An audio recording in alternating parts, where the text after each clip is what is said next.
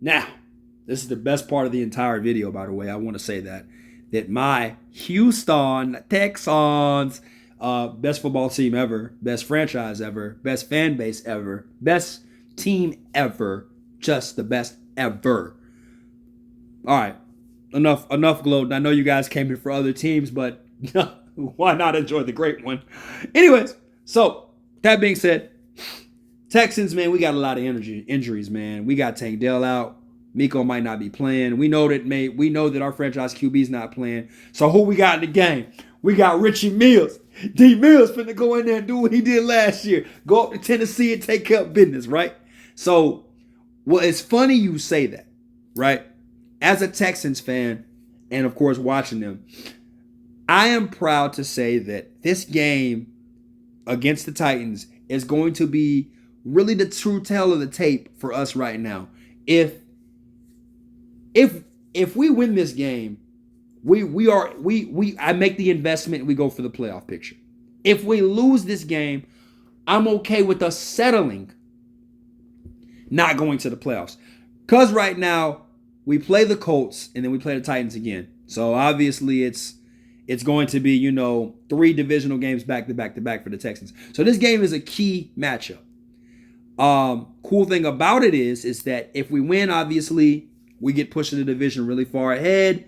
And then on top of that, crazy enough, the Titans the Colts and the Jaguars, we both have beaten them once, and we split it right ahead. So we just have to have the better record for over one of those teams, right?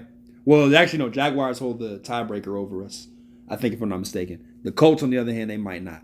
So this is a really big pivotal game for the Texans. And the only reason why I'm emphasizing this is because these teams are not in. They're number 7. So the next few teams, like the Broncos and the Bengals I'm going to talk about, and the Bills, they're not in yet. So I'm going to kind of hype their scenarios up. They're trying to get where, the other 7 are. With that being said, keys to win for the Texans. Number 1, defensively, we've got to stop the run. We've got to stop the run, man. And I was looking at the injury report. God, Lee, Will Anderson, Malik Collins. Dude, we don't have nobody playing. So this is going to be one of those games where we're going to have to call Rudy, man, one of those football god dudes, and this is going to have him go play. So we got a lot to worry about. But number 1 priority is stop the freaking run. Stop it. Just defensively, we must stop the run. Number 2, make Davis Mills comfortable. We've got to make Davis Mills act like he just checked in a freaking Best Western or something like that. A Best Western. Oh, what's a good hotel? I can't think of a good hotel, but y'all know it. Y'all catch my drift. A good hotel. What's a good hotel? I don't know. That's not for me right now. But we've got to make sure that Davis Mills is 100% ready, prepped, and good to go. Understands everything. You can't have him out there looking clueless. He's never played a magnitude of a game in his life. I'll just say in his life right now. Like in the NFL, college, all that, Stanford days. He's never played a game magnitude this high. So this is where I say we got to make sure that he's comfortable. He's good in his skin. He's living out his truth on that football field. Then I just read a report that Laremy Tunsil's freaking knee is out. What the heck is going on? And, so it's going to be, we're going to have to make him feel comfortable right away. Number 2. That's number 2. Number 3, the final key is Bobby Slovic is going to have to call the right plays.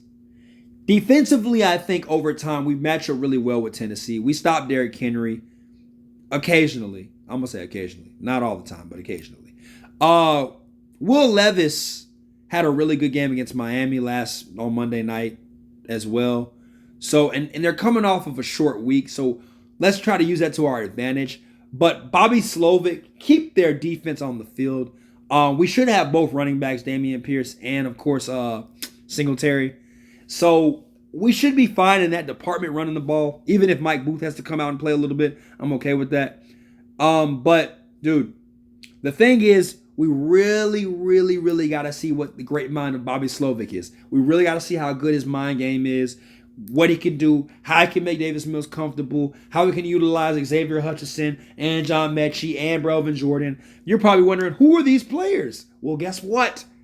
John Mechie is cool now. He's 100% healthy, cancer-free. God bless him on that. Then on top of that, you've got Xavier Hutchinson, who's a big weapon X on the outside. Something nice. We picked him up in the 6th round this year in the draft. And then you got, of course, Brevin Jordan, who's another great tight end. And if we get Dalton Schultz back on top of that, that's a 2 tight end set. Patriot style, you know what I'm saying? Patriot style football, 2011 and 12 football, you know.